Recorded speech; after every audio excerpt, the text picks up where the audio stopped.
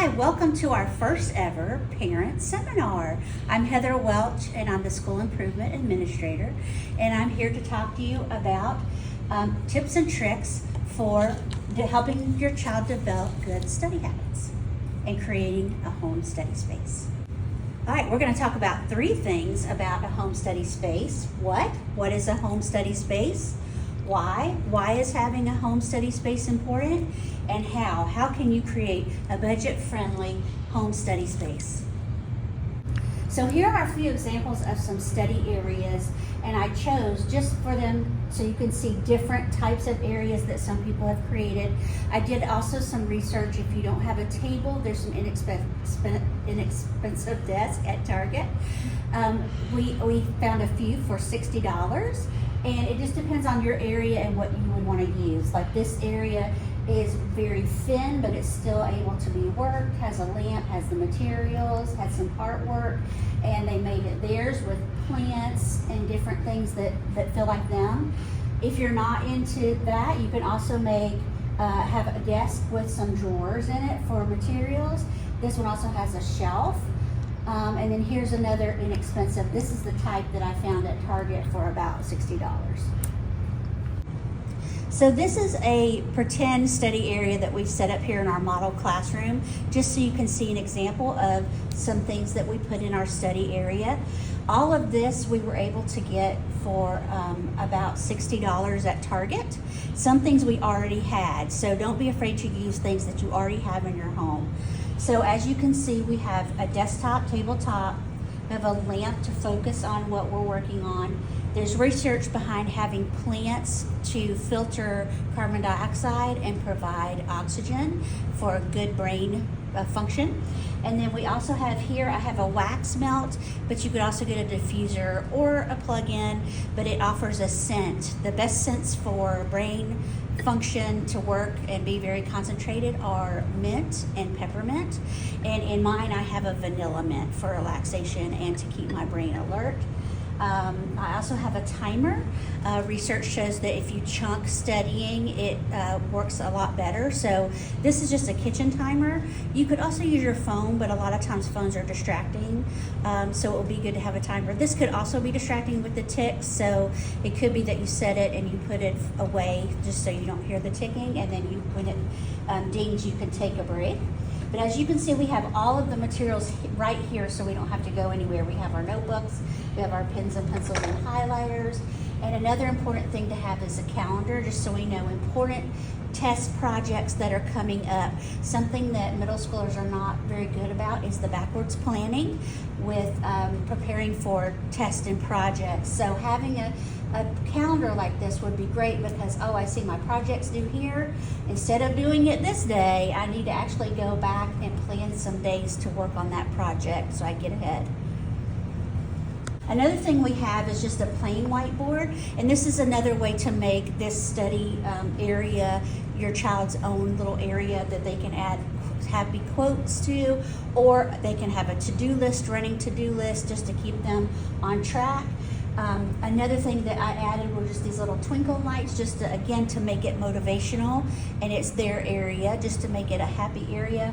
And then again, having a drop zone. This is where they can hang their backpack, either near the study area. Some parents have a drop zone when they come in the door. It's a place to hang backpacks, lunch boxes, everything they need to leave for that next day and prepare. But having it here is also a good choice for having everything that you need here. So if there is something left in the backpack, I can get it really quick and not have to leave my study area. So why do we need a home study area? Here are a few examples. To minimize distractions, think about where you really want to set up your home study area. If it's in a high traffic area, that might not be the best choice for your home study area. But also alone in a closed room may also not be a good idea for a study area, just because distractions could be in the room.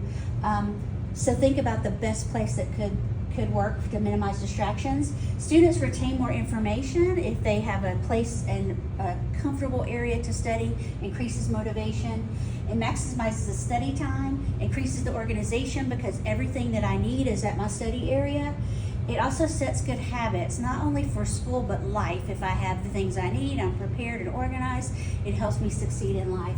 And then also it increases motivation, especially the little personal touches in the study area help me be motivated to want to work there. All right, so our make and take for our parent university today is a fidget. There is research behind fidgets and helping students concentrate, although some fidgets can be distracting. So you know your child, so you just make a decision about what fidgets they're allowed or not allowed to use. This is an easy fidget to make. This is a bead mover fidget, and all I used was a pipe cleaner and then some colored beads, and I slid them on here. This fidget I can use it as a bracelet or just like this, but I can move the beads. And there's my fidget, and I can move them back. I can also feel this, it's very soft. And there's my fidget.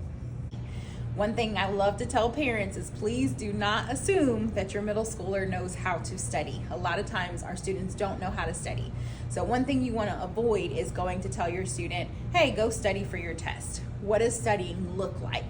Break down the steps for them. Give them some strategies to help them learn how to study. So for example, if there's specific vocab that they need to work on, for example, if they're learning some complicated terms in science, having them write out the word on a flashcard, have them draw a picture that represents the word, have them write not only the definition but use the term in a sentence. And the more that they can teach that word or that skill or that concept to you, the more they will remember it. We remember 95% of what we can teach to someone else. So I'm not going to read the poster verbatim to you, but I do want to just share some things that will help to encourage good study skills and habits in your children. So the first thing is leading by example.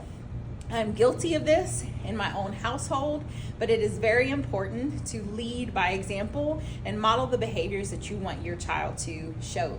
So for instance, I love binge watching my Disney Plus and my Netflix shows, but I've had to stop myself and make sure that I'm setting aside about an hour of time for me to just read. The more I'm reading in front of my family, the more hopefully they will want to see and take on that skill as well, and take on that habit rather than sitting in front of the television. Establish a routine. Routines and consistency are huge for middle schoolers, especially at this age. The more that you can teach them how to build a consistent routine, the more that you'll help them prepare for the future. Once they get to college or beyond, you won't always be there to tell them, did you do this? Did you do that? Did you take this off? Did you remember to do this activity? So the more you can help them to establish a routine and the why behind that routine, the more they will be successful in the future. Encourage active learning. So instead of your students sitting in class and maybe sitting and hearing information, encourage them to take notes. If your child likes to draw, for example, encourage them to also do pictures with their notes, because that will help them to remember what they're learning and that concept that they're learning. Provide a quiet study environment. So we talked about this earlier and showing how to set up a quiet study space in your home. Set achievable goals. Goals are important. If you have a goal, you're more likely to achieve it if it is written down and you have a plan. Encourage breaks. As Ms. Welch said, about 30-minute increments are important when kids are studying, and that's even good for us as an adult. So rather than telling them to sit and study for 2 hours straight, break it up into 30-minute chunks and also provide rewards as they have met that 30-minute goal. Encourage good sleep habits. It is very important that your middle schooler still sleeps. I believe that doctors say that up through the age of 13 or 14, students still need about 10 hours of sleep a night. So it's very important that they're getting sleep. Offer positive reinforcement. Sometimes it's very easy to tell kids, well, why aren't you doing this? What happened? What's going on? Rather than approaching their study habits or their study skills that way, instead say, you've got this. I believe in you. You can do this, and encourage them and provide that positive reinforcement for them. And then foster a love of learning. It's important that your child falls in love with learning because that is going to be a strong skill that will help prepare them for the future. Right now, we're preparing middle schoolers for jobs that haven't even been created yet. And one way that you can help them to be successful in the future is by preparing them to love learning so that no matter what career path they choose to follow, they have a passion for learning how to do that. So if you don't have a wall or a designated table space to have your study space, another idea is to have a supply basket where all your supplies go. You can also use a backboard that's foldable, that you can have all of the same information that you might have at a study area.